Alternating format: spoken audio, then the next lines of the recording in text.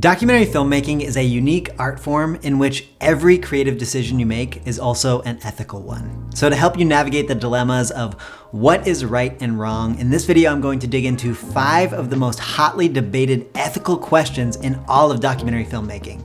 And stick around for the last one because I think it might be one of the trickiest of all. Hey everyone, welcome back to the channel. If you're new here, my name is Austin Meyer. I'm a documentary filmmaker, National Geographic Explorer, and my work has been featured by HBO, Hulu, New York Times, National Geographic, and more. When we're filming real people and documenting their true lives, we constantly have to navigate ethical gray areas.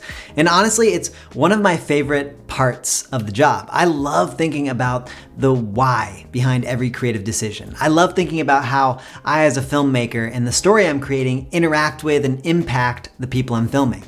But of all the ethical debates in the world of documentary filmmaking, I think these 5 are probably the most controversial questions. The first: is it okay for documentary filmmakers to pay their subjects? Some documentarians think that if we're asking people to let us into their lives for days, weeks, or months, it's only fair to financially compensate them for their generosity and time. After all, us being there does change their lives in a material way, so wouldn't it be appropriate as a gesture to offer money as a thank you for that access? On the same side of the debate, some filmmakers think that offering money to experts as an incentive to sit down for an interview is also appropriate. After all, certain experts are in very high demand, their time is worth a lot, so if you want to get an interview, doesn't it make sense to compensate that expert for their time? On the opposite side of the debate are filmmakers who can't see a scenario in which exchanging money for access or an interview is appropriate, as it shifts the power dynamic and brings into question the consensual nature that ought to be the foundation for documentary work. This question of payment is one I've reflected on in some really challenging scenarios. Over the course of my career, I have reported on and filmed stories in communities with very few resources. I remember that I was once filming a documentary in Zambia. I was in an urban township following one family over the course of 5 months. This was a scenario where my privilege was on full display. Here I was, a white guy from the US, bringing thousands of dollars of camera equipment into this township, filming a family that was really struggling financially. As part of that project, I had to ask the family about money in interviews because it was relevant to the story that I was telling about access to maternal health care. And I remember after one of those interviews, this very kind man named Brian asked me, "How much does your watch cost?" And I remember feeling very uncomfortable. But if I was asking him financial questions and expecting him to be honest, he had every right to do the same for me. So I told him that my running watch was $300. And in that moment, telling Brian that my watch cost more than his annual rent, I felt this ethical dilemma head on. Should I pay him and his wife Annie to be a part of this film? After all, what I consider to not be that much money would go a long way for them. It would make a real impact in their lives. However, I as a filmmaker have a policy and an ethical belief that I do not pay subjects for their participation in my documentary films. Now let me share why, and then I will come back to how I navigated that in the context of this documentary I'm referring to in Zambia. I believe that paying subjects to participate in a documentary film sets the expectation that subjects ought to perform for the camera, like they are working for me, giving me what they think I want or what I am paying for. And it shifts the balance of power such that subjects might agree to things that they're not comfortable with because they want money. They might say things that aren't true because they think that that is what I want to hear, and I'm paying them to say it. In this way, I believe that paying subjects compromises the authenticity of documentary storytelling. It also changes the idea of consent or consenting to be a part of a film. For example, if I went to Brian and Annie in Zambia and asked to tell their story in exchange for $500, not only would it incentivize the sort of performance I just talked about, but I would also have no idea if they were agreeing to be a part of the project because they truly want to share their story with the world, or because maybe they are in a desperate financial situation. If a family is agreeing to be a part of a film because of financial desperation, I would not be comfortable with that. It would feel like I was taking advantage of them, paying them to open up their lives in a way that they might not want to. It completely throws off the balance of power. I need subjects to feel empowered to say no to me, to say they are not comfortable with things, to say that they don't want me to film something. If a family is agreeing to be filmed because of financial desperation, they are disempowered when it comes to saying no to me. So in my opinion, paying participants is a slippery slope into coercion and taking advantage of somebody. So my policy is that I do not pay subjects for their participation. With that being said, I do feel it is acceptable to pay for someone's expenses. Like if I needed Brian and Annie to travel an hour away from their home for filming, I would feel comfortable providing them with transportation and meal expenses. I'm also comfortable paying for the use of certain archival materials, such as photos. So for certain films, photos might be necessary to the film, and we would need to purchase them anyway through some sort of library. So I'm comfortable directing that part of the budget towards an asset that the subject owns. I can also see an argument for sharing film profits with subjects, although I would hesitate to make that a contractual arrangement from the start. I don't know, but I could be convinced on that. No matter where you stand on this debate, I think it's critical that you communicate your point of view clearly to your subjects before filming. Set clear expectations. In the first conversation that I had with Annie and Brian about my film, I was very clear up front. I was not going to pay them for their participation in the film. If that had meant that they didn't want to be a part of it, that was 100% fine. I completely understand. But I communicate this policy and my reasoning for it before ever filming anything. My ultimate hope for any project I make is that if I make a good movie and people see it, the benefits that will come to my subject are so much more than if I had risked the authenticity of the movie by paying them. Okay, let's move to ethical question number 2, but before we do so, quick note to let you know that if you have questions about how to approach the ethics, gear, story construction, or distribution of one of your film projects, I am now offering guidance via one-on-one calls. The link to that is in the description. Okay, on to ethical question number 2. Should we aim for objectivity in documentary filmmaking? If you've been in the nonfiction filmmaking and journalism worlds for any amount of time, you've likely heard the debate around objectivity. In many newsrooms today, objectivity is held up as the gold standard of journalistic integrity. And many documentary filmmakers who come from a journalistic background feel the same. Interestingly, objectivity wasn't always the bedrock of American journalism. For most of the 19th century, newspapers were aligned with political parties. That's why you have newspapers with names such as the Springfield Republican or the Santa Rosa Press Democrat. But that started to change in 1896 when new ownership took over the New York Times and promised to give the news impartially, without fear or favor. And now the concept of objectivity is taught in journalism schools around the country. So, should we aim to be objective when it comes to our documentary filmmaking? Well, first, I'll say that documentary filmmaking is not held to the same ethical standards as journalism. There are journalistic documentaries, which I do feel should adhere to certain standards, but the documentary form also includes so much outside of journalistic boundaries, so it's not exactly the same. Either way, I think that objectivity is a philosophical impossibility. The act of documentary filmmaking, no matter how much we may love the idea of objectivity, requires an endless stream of subjective decision-making.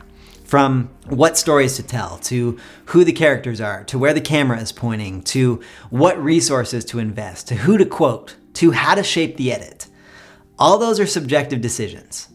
The pursuit of truth will always be complex and ill-suited to an objective, subjective binary because human beings and the truth itself is constantly changing as we accumulate more knowledge, interact with each other, and we evolve. So I really don't believe in objectivity. I believe in being fair. I believe in a process of verifying information. I believe in being transparent. We each have a particular lens through which we see the world, and being transparent about where we stand and revealing our process is about as truthful as anyone can get. Now, this doesn't mean we should just completely throw out our pursuit of the truth. It just means that we need to be honest about the limitations of pursuing that truth. My advice for documentarians and journalists is to continually ask yourself these questions. Whose voices are you leaving out? Whose voices are you centering? Have you made any unconscious assumptions about the people or issues in your story? How can you be transparent about your method and your approach? And have you talked it over with someone with a different perspective or lived experience or identity than you? I think if you start with those questions, they'll get you moving in the right direction. All right, number 3, should subjects have editorial and creative control of the final cut? This is a tough one in today's documentary landscape because these days, the documentaries that are getting funded, made, and distributed are often about celebrities or public figures. And oftentimes those celebrities only agree to be part of a project if they have creative control. And this isn't something that's hidden. Many celebrities are listed as producers or executive producers on their own film. And that is why most celebrity documentaries aren't very good. Because instead of being an honest depiction of who someone is, from their admirable qualities to their deepest character flaws, most of what we get nowadays are sanitized and glamorized hagiographies. It's like Instagram feeds made into 90-minute films. Look how amazing and brilliant I am, but wait, I'm also humble, so let me slip in this performative post about vulnerability. I mean, just look at the recent story of the canceled Prince documentary. Netflix gets exclusive access to Prince's vault of material granted by Prince's estate. Netflix recruits one of the best documentarians on the planet, Ezra Edelman, to direct. The terms were that Prince's estate would be able to see the film before it was released to correct any factual inaccuracies. They had no editorial or creative control. So Edelman and his team get to work. They spend 5 years making a 9-hour documentary epic, which a New York Times critic deemed a cinematic masterpiece, and yet you will never see the film. Why? Well, because before it came out, Prince's estate saw the cut and came back with 17 pages worth of editorial and creative notes, including a request that the film be cut down by 3 hours. And that didn't fly for Edelman, who has no interest in putting out a watered-down, dishonest film. So they were at an impasse, and Netflix bowed to the pressure of the estate, killing the film. Now it's probably only existing on some hard drive collecting dust in a Netflix basement. So this is what makes the ethical debate so tricky. Streamers want celebrity access, and many celebrities will only trade access for creative control. If documentarians turn down all potential work in which celebrities or brands have creative control, there would be so few documentary filmmakers who could make a living. It's difficult enough for us as it is. I'm also not going to say a blanket statement of no, subjects shouldn't have control, because on the opposite side of celebrity docs, sometimes our film's characters are very vulnerable individuals. And sometimes, due to safety concerns or privacy, it makes sense to ask for editorial input. Or maybe at the fine cut stage, to share the film for input to demonstrate a trusting relationship with the subject, and to make sure the film is a responsible depiction of the subject's perspectives. However, I believe that in many circumstances, when possible, documentarians should not give subjects editorial and creative control. Or framed in the opposite positive direction, as a documentarian, you should try your best to hold on to creative control of the final cut, because you're the professional, and I genuinely think it leads to better storytelling. Take the Prince documentary, for example. What is going to be a better documentary? The Prince Estate's new project that they themselves are making, which will likely reveal nothing new and will likely not get into any of the darkness of Prince's life that influenced the art of this public figure and cultural icon. Or Ezra Edelman's 5-year deep dive into who this person was, from his virtuosic brilliance to his troubling flaws. Of course, Edelman's would be better. I just think that we are in a world in which everyone is a brand and everyone wants to curate their perfect manicured image. What great storytelling should do is complicate people. It should present contradictions. It should show the messiness of being human. And maintaining your creative control allows you to do this. It protects you from people's impulses to sanitize. And thus, it protects your film from people's fears of being imperfect. But please have this conversation about creative control before you start filming so expectations are clear. For me, I'm not working with celebrities or public figures usually, so I usually say that I'm comfortable showing participants a film before it is released, maybe at a fine cut stage. Of course, it might lead to a subject asking me for changes, but in that instance, I'll let them know that if there's something that they can't live with, then we'll discuss it, we'll have the argument, and in the end, if I can't convince them of why it's important to stay in the story, then I will take it out. But I do have final cut. All right, this ethical question comes from filmmaker Jenny Gonzalez, who responded to my Instagram poll for questions on this topic. Jenny asks, when do we stop being documentary storytellers and start being humans with empathy? I've found myself in many situations where I'm documenting something painful or traumatizing, and I often feel the need to step in and comfort. But how do we balance this so that we don't compromise the story? Thank you, Jenny, for the great question.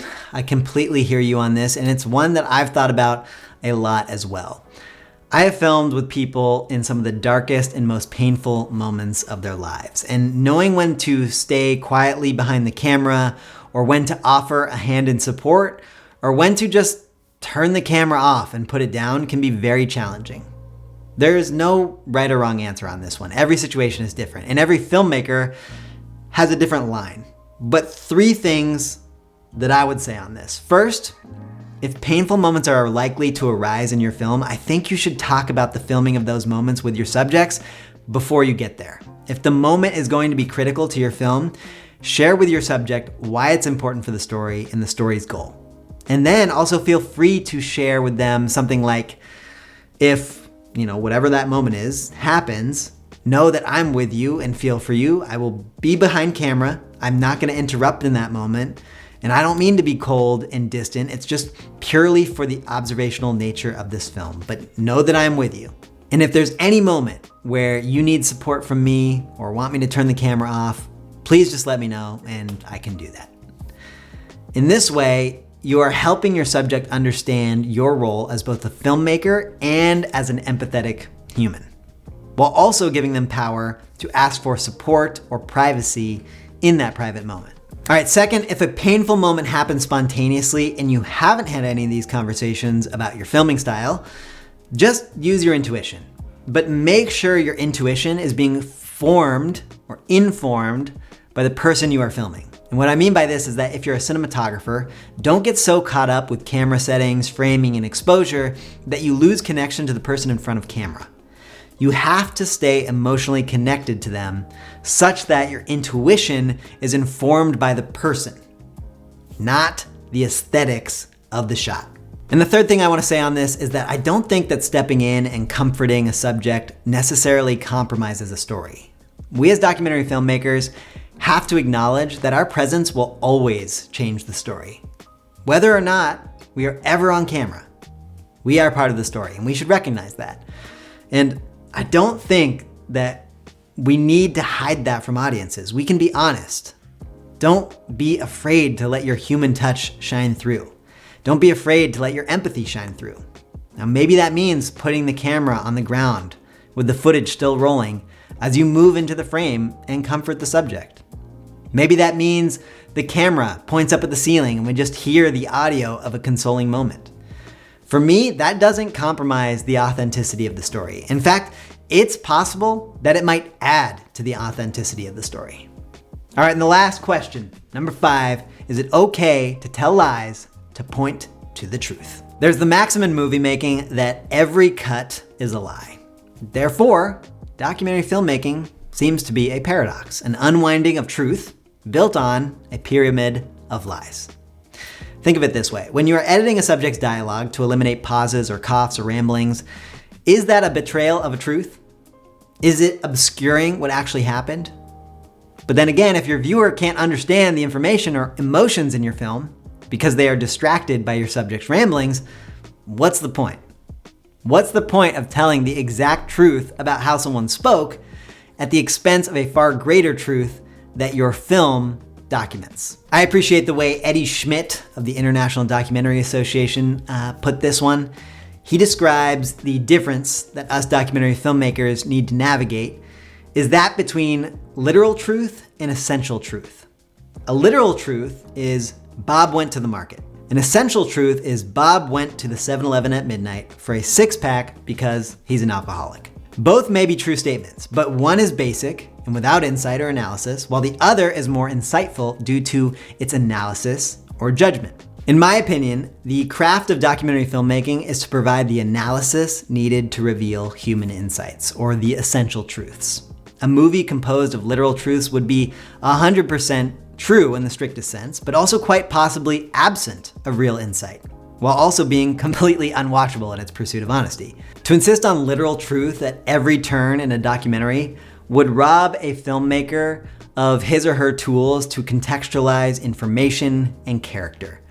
It is our job as documentary filmmakers to filter the flow of human information to extract a story's essential truth. This is not to say that filmmakers should ignore literal truths, but in pursuit of an essential truth, sometimes we need to use the tools of cinematic arts: cross-cutting, repetition, juxtaposition, irony, imagery. Life doesn't always come with reaction shots or cutaways or context. However, movies do. And these elements all amplify the essential truth that we should be after. All right, let me hear from you. What are your takes on some of these ethical debates in documentary filmmaking? Where do you agree? Where do you think I'm off? I look forward to hearing from you, and I will see you next week on the channel. Until then, go out and tell some stories. Oh, it got dark in here.